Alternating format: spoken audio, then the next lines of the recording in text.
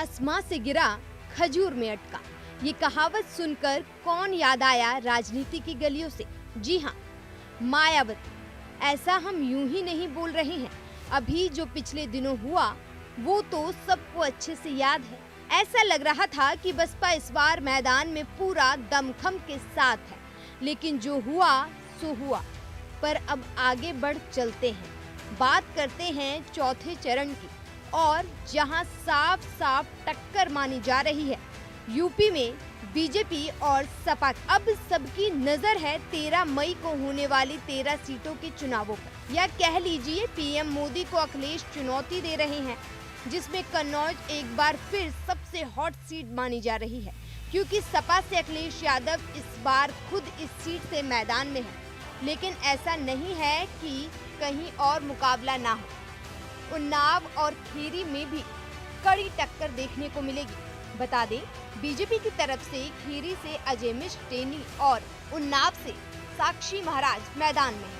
चौथे चरण में सबसे दिलचस्प तो ये है कि बीजेपी ने केवल कानपुर और बहराइच में अपने प्रत्याशी बदले हैं। बीजेपी के लिए इस बार संतोष की बात ये है कि उसके साथ इस बार आरएलडी भी है, जो पिछली बार सपा की साथी थी, और यहाँ तक कि सपा और बसपा के भी अलग अलग चुनाव लड़ने का फायदा बीजेपी को मिलने वाला है। उसमें भी कांटे की टक्कर तो केवल कन्नौज में ही देखने को मिलेगी। चलिए अब बात कर लेते हैं खीरी की, जहां पर बीजेपी ने यहां से एक बार फिर केंद्रीय गृह राज्य मंत्री अजय मिश्र टेनी को चुनावी मैदान में उतार दिया है। बता दें, पिछले 2 चुनावों में जीत हासिल कर चुके हैं, लेकिन किसानों को कुचलने के बाद पहली बार मैदान में है। इस बार के चुनाव में ये भी साबित हो जाएगा कि क्या खीरी की जनता उन्हें घटना के लिए जिम्मेदार मानती है या नहीं। याद है, किसान आंदोलन के दौरान विरोध प्रदर्शन में थार जीप से किसानों को कुचला गया था।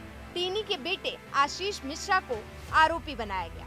अब बात करेंगे तीसरी सीट उन्नाव की, जहां से एक बार फिर बीजेपी ने साक्षी महाराज पर भरोसा जताया है और टिकट दिया है। साक्षी महाराज 2 बार जीत चुके हैं। इस बार साक्षी महाराज का मुकाबला 2009 में यहां से कांग्रेस को जीत दिलाने वाली अनु टंडन से होगा। ऐसे में इस बार इस सीट पर चुनाव दिलचस्प होने वाला है। तो क्या लगता है आप लोगों को कि इन 3 सीटों पर किसका बजेगा डंका? आपकी क्या राय है? हमें कमेंट बॉक्स में जरूर बताएं। Bureau report, leading Bharat TV.